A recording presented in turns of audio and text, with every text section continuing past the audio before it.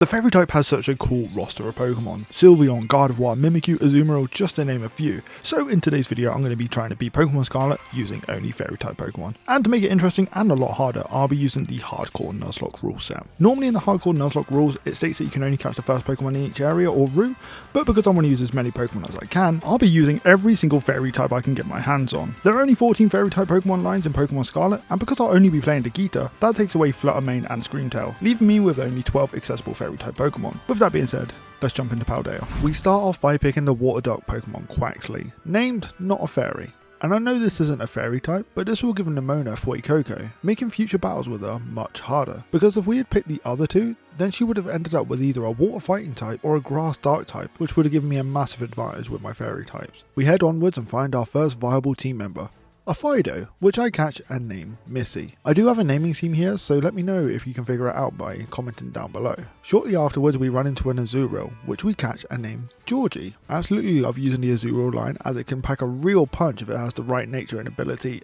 and oh my god, it has huge power and brave nature, boosting its attack but lowering its speed. What is our luck, honestly? With our team slowly starting to build up, we can now take on Nemona outside of the school. She leads with Fuecoco and I lead with Azurill. She starts off with a Leo lowering our defense, but we counter back with a Bubble Beam, lowering its health to about a third. She then hits back with a decent tackle, dropping our health by 8, but we bounce back with 2 more Bubble Beams, taking Fuecoco down. Pormy comes out next and I know she's going to Terastallize and that I can't do much with my water type moves. So I switch out to Missy, who gets hit by a Terra Thundershock, dropping us down by 10 HP. On the next turn we go for a bite, and not only do we get a crit, but we get a flinch as well, but do end up getting paralyzed. We then get zapped by another Thundershock, but now we need to break through the paralysis to finish off Pormy, otherwise we will get finished off ourselves. And luckily, we managed to hit a cover, winning us the battle. With Nemona defeated, we head to the school where we can accept the treasure hunt, which we will be doing during our challenge. But let's just take a second to appreciate this, beautiful frame rate? Anyway, on the way to the gym, we run into our next encounter, a Jigglypuff. We catch her and name her Bernadette. She has a gentle nature, making her special defense higher, but lowering her regular defense. After kicking around a massive olive like some oversized green coloured rugby ball, we decide to take on the gym leader Katie. Katie starts off with a nimble and we send out Bernadette. Katie hits Jigglypuff with a double kick, taking us down to 39 HP, but then gets infatuated with the cute charm ability. So that we can guarantee we outspeed next turn, we hit her with a Thunder Wave. And to add insult to injury, we hit Nimble with a disable, meaning it won't be able to hit us with double kick for a while. With that in mind, we go for an echoed voice and Nimble gets paralyzed twice in a row, meaning we can finish it with an echoed voice. Next in is Tarantula, who hits Bernadette with a few bug bites, leaving her on 13 HP. But after a few echoed voices, Katie's second one goes down. After that knockdown, Azurill levels up and learns Bounce, which is going to be really handy for this gym and the next gym. Katie's last Pokemon is Teddiursa, which is normally a normal type, but it can Terastallize into a bug type. With Jigglypuff low, we switch into Missy, who takes a big Fury Swipes hit, taking her to the yellow, but heals up using an Oran Berry. But we get knocked back down to the yellow with a 5th hit from Fury Swipes. Teddiursa also has the ability Pickup and picks up an Oran Berry, which means just like when Missy was low on health, she'll be able to heal up too, making this battle even harder. Hoping for a flinch, we go for a bite,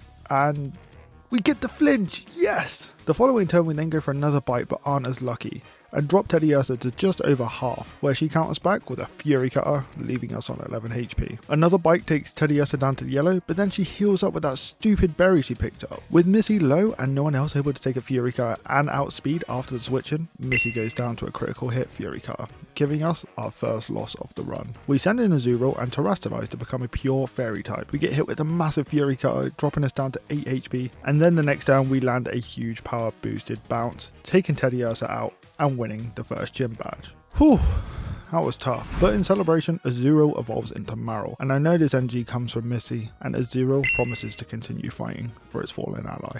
En route to the second gym, we come across a Moonstone, which we use on Jigglypuff to evolve into Wigglytuff, and with this extra bit of bulk on our side, we head towards Artisan, home to the grass-type gym leader, Brassius. Gym 2's trial requires us to run around the city and collect Sunflowers, whilst our frame rate rapidly declines. And after recruiting all 10, Brassius deems us worthy and challenges us to a battle. But can we take a second to appreciate this man's dedication to his role as a grass-type gym leader? I mean, what time of morning do you think he gets up to do his hair? Does he have a stylist? Is he born that way? I have so many questions! Brassius sends out a Petalil, and I send out Bernadette. Do we Terastallize straight away and go for a Hyper Voice, knocking Petalil out in one hit? Smoliv is in next, who we smack down to the yellow with a Play Rough, but Smoliv answers back with a pathetic Razor Leaf doing minimal damage, allowing us to take it out next turn. turn. Last out is the fake tree Pokemon Sudowoodo.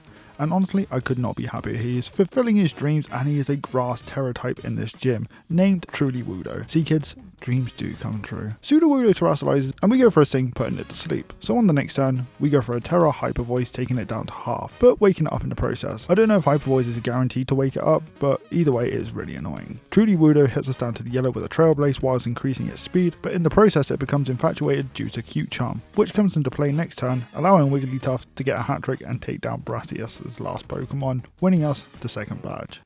On the way to fight the first Titan, Marill evolves into a Azumarill, which is going to make this first Titan a walk in the park. So we take on the Stony Cliff Titan Cloth, and honestly I haven't gotten to use this Pokemon yet, but I think I want to do a rock only run just to give this mon some time in the spotlight. We start off the battle by terrestrializing and taking a couple of rock smashes, but then we knock it down into the second phase with 2 bubble beams. Arvin assists us with this next battle now that Cloth has gotten stronger, terrestrialize again and go for a bubble beam, and Arvin Shelter hits it with a water gun. And after 2 more bubble beams, that's the Stony Cliff Titan taken care of. Arvin thanks us for the help, even though I thought we was helping him.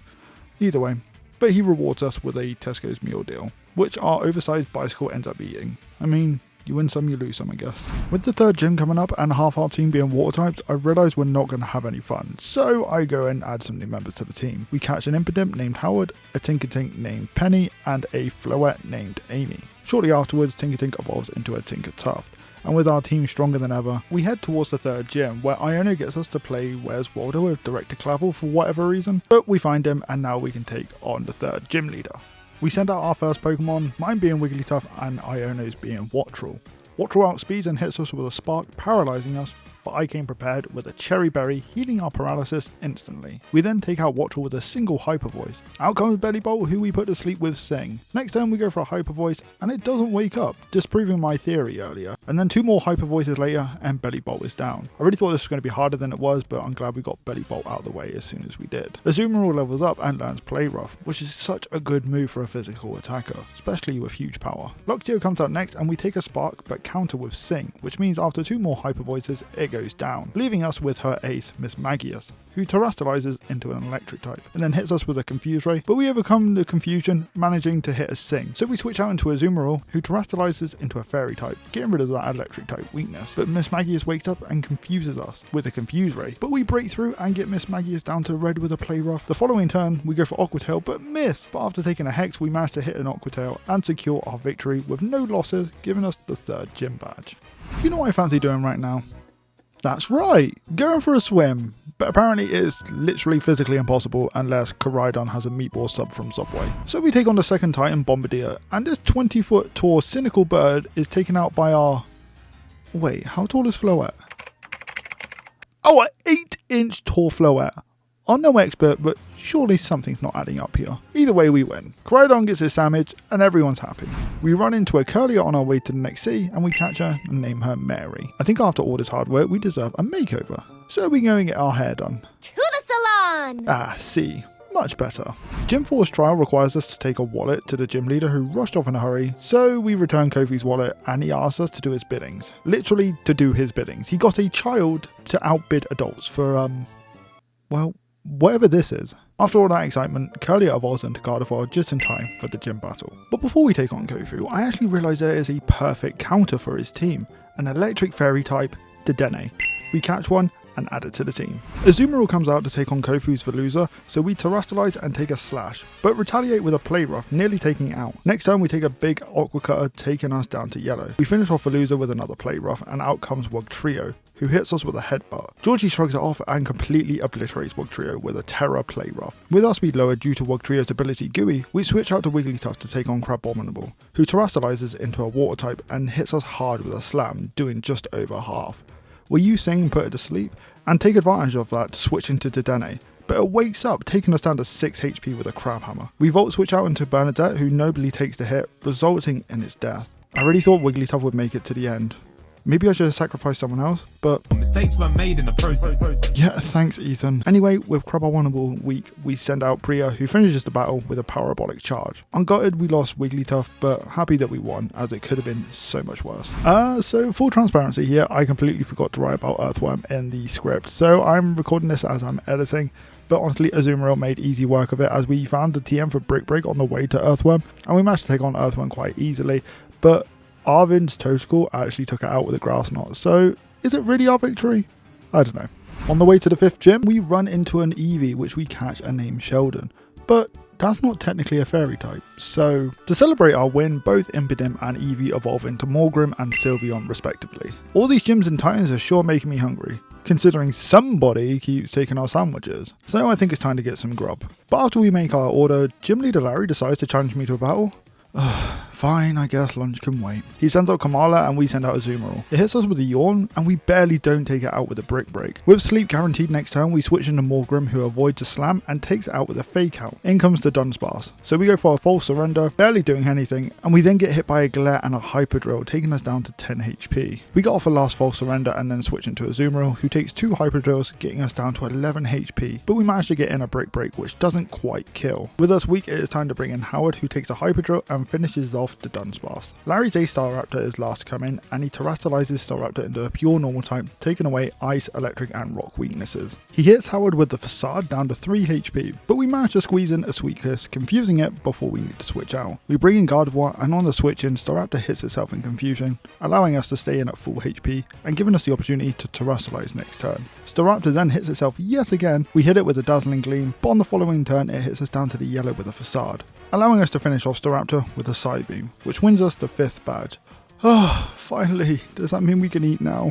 With the 5th gym badge secured, we head towards the next gym, but on the way we took a detour through Lagtree Thicket and run into a Mimikyu. This is one of my favourite fairy types and its ability disguise is broken, which means switching in to take hits will be so much easier. Tinkertuff also evolves into Tinkerton on the way to the next gym, which results in learning the move Gigaton Hammer, a 160 base power stab steel type move, and with an attack boost in nature, Penny is going to be a force to be reckoned with. Gym 6's trial requires us to be the opening act and hype up the crowd until the Ghost Double Battle Gym Leader Rhyme is ready. But before we can take on Rhyme, with the new level cap, Morgrim evolves into Grimmsnarl and learns his first fairy type move, Spirit Break. With the team prepped, it's time to take on Rhyme. She starts off with Mimikyu and Banette, and we send out Grimmsnarl and Tinkerton. Banette starts with a Shadow Sneak on Tinkerton, doing just under half, and Grimmsnarl goes for a Sucker Punch on Mimikyu, breaking its disguise, allowing Tinkerton to hit Mimikyu down to a third with a Flash Cannon, but it retaliates with a critical hit slash on Grimmsnarl. The crowd's pumped with our strategy and gives our team a nice stat boost, which means the next turn we can take out Mimikyu with a Sucker Punch, and the Banette gets demolished with a Gigaton Hammer. Rhyme's last 2 Pokemon are Houndstone and Toxtricity, who can terrestrialize into a Ghost type. We terrestrialize Grimmsnarl and then take Toxtricity out in 1 Sucker Punch. And we get Houndstone down to a 3rd health after a Play Rough, and after 1 more Sucker Punch, Houndstone goes down and we win the 6th gym badge. The Quaking Earth Titan Great Tusk is next on our agenda, but honestly I won't bore you with the details as all we do is terrestrialize and Play Rough, and boom, the Great Tusk is dealt with. En route to the next gym, we captured 2 new members for use at a later date, Hatterene and Klefki, after participating in some kind of face-pulling therapy, I think. Honestly, for the 7th gym, this is a really weird trial. Anyway, with that done, it's time to take on Julep is the psychic leader and starts off with her Farigiraf, and we start off by sending out Howard the Grimmsnarl, who uses 2 Dark Pulses and takes down the weird looking giraffe. Next in is Gardevoir, who we counter by sending in Penny, who's part steel and takes Dazzling Gleams really well, and destroys Gardevoir with a Gigaton Hammer. Espathra comes in next using Shadow Ball, but after a brutal swing and another Gigaton Hammer, Espathra goes down, which leaves just her Florigis. She terrestrializes and hits a Moonblast, but after a few brutal swings and a Gigaton Hammer, Florigis goes down, giving us badge number 7. I just wanted to take this time to say that if you have made it this far into the video, I genuinely appreciate you so much. It's taken a long time and a lot of theory crafting and preparation to record and edit this video, so if you could leave a like, I'd be super grateful. I also have a shiny only mono run coming after this video, so make sure you're subscribed so you don't miss out on it. The Glaciado gym is home to the final gym battle and the ice type leader Grusha, but before we do that, Grusha starts off with a Frostmoth, and we send out Gardevoir. We go for an Aura Sphere, and Frostmoth counters with a Blizzard. Next turn, we hit it to just under half with Psychic, and after dodging the next 2 Blizzards, we finish Frostmoth off with 2 more Aura Spheres. Beartic comes in, and we switch over to Azumarill. We get dropped to a 3rd on entry, but hit hard with 2 Brick Breaks, taking down Grusha's 2nd Pokemon. With the Titan out next, we switch into Penny, who terrestrializes and hits the Titan with a Plate Rough, doing surprisingly little damage. But the following turn, after we take some damage, we finish the Titan with a Gigaton Gigaton Hammer. Grucha's final Pokemon is Altaria. Due to us using Gigaton Hammer last turn, it prevents us from using it again this turn. So we switch out to Grimmsnarl, who takes decent damage from a Hurricane. The following turn we get hit by a Moonblast, dropping us to 15 HP. It was a risky move staying in, but we call upon Sylveon to take a Moonblast and we deal with Altaria's remaining HP, resulting in us beating the final gym in Paldea. But if you've played through these games, you've probably noticed something. We've got the team start bases! Let's deal with those quick. Farewell, Yakumo. So long, Mela. Take it easy, Atticus. See you around, Ortega. Au revoir, Eri. And we're actually rewarded for getting the team star members as this happens. Oh my god, no way, is that a shiny Scyther? It is! Oh my god, a shiny Scyther, full odds. I wasn't hunting, obviously because it's not a fairy type.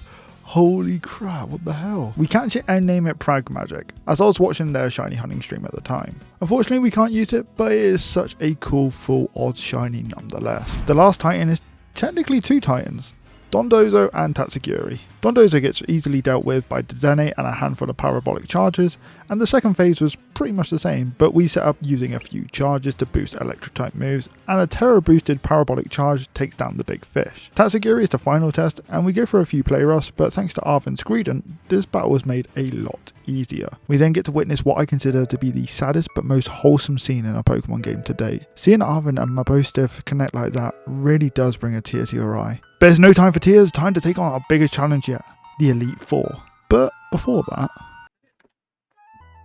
there is no f***ing way, what the f***? What? That's two shinies in one day. Two shinies in one day. Oh my god, let's go. Come on, Dive Ball. You know you want it, you're a shiny, you want this Dive Ball, you're a water type, it just makes sense. Bingo, let's go. Shiny Gold Duck. We head to the Elite Four, but to gain entry we need to answer a few questions about our journey. And this gives us time to reflect on the wonderful adventure we've had and all the amazing team members that we have met along the way. I have genuinely really enjoyed doing this run, and yes, I've made mistakes along the way and could have done things differently, but hey, that's the point of the adventure. Everyone will do things differently and... Huh? We failed the test? Oh, come on. The first battle of the Elite Four is with Rika, the ground type specialist, and they start out by sending in Wishcash. We send in Sylveon, who I taught Magical Leaf. We hit, but we barely don't take it out. We tank an Earth Power and then take it out the next turn. In comes Camerupt. We stay in and chip away with a few Magical Leaves whilst we get hit by a couple of Flash Cannons and a Yawn, which means the next turn we need to switch out as Donphan comes in. Out comes Mimikyu, whose disguise is broken with an Iron Head, and we take a bit of damage. I didn't know we could, but okay, sure. We go for Hone Claws to boost our attacks, but we get knocked down to 2 HP by Iron Head. Jeez. Tinkaton comes in and takes an Iron Head fairly well. We hit a Gigaton Hammer, but it's not enough, and Penny goes down. I really didn't want to lose anyone in the Elite Four, but alas. Azumarill comes in and finishes off Donphan, and then we Terastallize as Dugtrio comes in next. It sets up a Sandstorm and we take it down with a single Aqua Tail. Rika's last Pokemon is Clodsire. He terrors into a ground type, but we can't go for an Aqua Tail because it has the ability Water Absorb. I didn't even know that was a thing, that is so stupid. Luckily we have Ice Spinner, which takes it down to just under half, and at this point I'm praying Clodsire doesn't hit us with Poison Jab. And he doesn't. We get hit by Toxic, but an Ice Spinner takes down Clodsire, winning us the first fight. We lost Penny, but luckily we have a replacement waiting on the bench. Do you remember that Klefki we caught earlier? Well, they're making their debut in the Elite Four. This is by far the scariest battle. A Steel Trainer? Oh god, here we go. The battle starts with Poppy sending in Copperaja, and we send in Howard. We outspeed, obviously, and go for a Life Orb boosted low kick, taking down the mighty elephant in one swoop. In comes Magnezone and we go for another low kick, barely not taking it out. Magnezone sets up Light Screen, giving us the chance to take it out with a Dark Pulse. Next in is Bronzong, and with the Light Screens up and Bronzong being as bulky as it is, I decided to go for Dark Pulse? Why would I do that? I literally just said they put up light screens, but we do about a quarter and then we get smacked with an Iron Head down to 3 HP. It's time for Leslie to shine. She takes an Iron Head fairly well and goes for a foul play, nearly taking Bronzong out. It counters back with an Earthquake, leaving us on 15 HP, but meaning we can take the Bronzong out with another foul play. Corviknight is in next and we swap out to Priya, who is equipped with the Focus Sash, but doesn't end up needing it and takes the Iron Head super well, meaning we can go for a Terror boosted Parabolic Charge, taking the big bird down. Tinkaton is in last, and the fact we haven't lost anyone in this fight is insane. We Volt Switch as Poppy Terastallizes, doing about a quarter damage, and realizing no one can take a hit and outspeed Tinkaton, I need a clean switch. So Unfortunately, as quick as she joins the team, she also leaves. I'm sorry Klefki, you did great.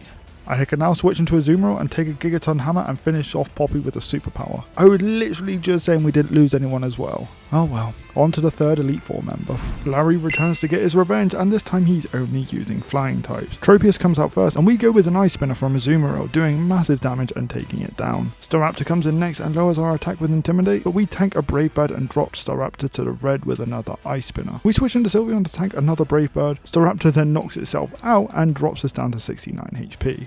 Nice. Altaria comes out and hits us with an Ice Beam, but that does not phase Sheldon as he takes Altaria out with a single Moonblast. In comes Oricorio, who takes us down to the red, but we counter back with a Moonblast, doing just over half. We switch into Mimikyu, who tanks an Air Slash thanks to its ability Disguise, and we go for a Shadow Sneak, doing next to nothing. Mimikyu gets confused with Tita Dance, and then on the next turn we get hit down to the yellow, but break through the confusion, taking out the Oricorio with Play Rough. Flamigo is in last and terastallizes as we switch into Howard. Grimmsnarl gets hit by a Terra boosted Brave Bird, dropping us to the red. We hit a Fake Out and then we go for a Play Rough, but get outsped and Grimmsnarl goes down. Priya comes in to finish off Flamigo as we go for a Terra boosted Parabolic Charge, winning us the fight. But at what cost? We've now lost a party member at each battle. This last battle should be easy.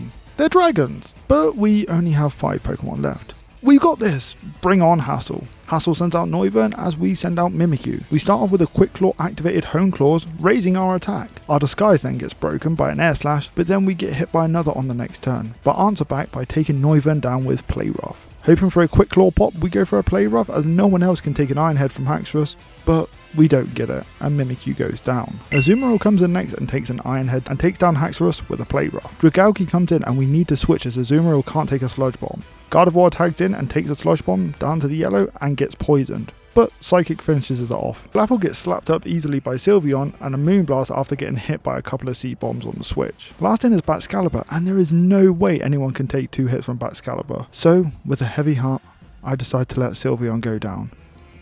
He survives? On 1 HP? He toughed it out so I wouldn't be sad. That's my boy. You deserve to live. I take a chance and switch into Georgie, and we get hit by Brick Break? What? Hassel's throwing. We take a hit from an Icicle Crash and finish the battle off with a Play Rough. Holy crap, that was tense. But we did it. We beat the Elite Four. This is it. We did it. Defeated every gym leader, every Titan, every Team Star member. And now, only one person stands in our way of becoming champion. Let's do this! Geeta sends out her Aspathra and we send out Sheldon the Sylveon. We exchange attacks, but unfortunately for Geeta, Sylveon is just that much stronger and takes out her first Pokemon with a Shadow Ball. In comes our next opponent, King Gambit. We had some untrained Pokemon in the box that I didn't intend on using, but now they have a purpose. And this gives me the opportunity to get a clean switch in, so in comes Floette, who gets demolished by King Gambit. Azumarill comes out and destroys Geeta's second Pokemon with a clean Brick Break, and then after 2 Ice Spinners, her Go-Go goes down as well. Avalugg is out next and we swap into Hatterene so that we can get a clean swap into Gardevoir. Gardevoir hits hard with a Moonblast, taking down the walking iceberg. Veluza comes in next, but this isn't an issue for Mary, who zaps Veluza down to 0 HP with a Thunderbolt. Now only her Glimmora stands between us and the champion title. Glimmora terastallizes into a rock type and takes Mary down with a single Sludge Wave.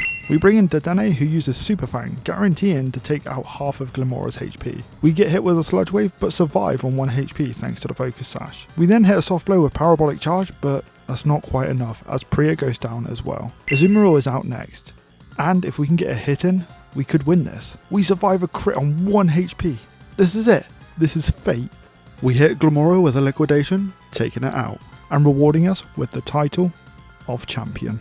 We did it. We actually managed to beat the Elite Four and Champion. This Nuzlocke was more of a challenge than I could have ever anticipated, and I did consider playing to Area 0, but with only 2 members left, I wanted their legacy to end on a high, and allow Azumarill and Sylveon to rest. But the game had a little more to offer me. Oh, come on!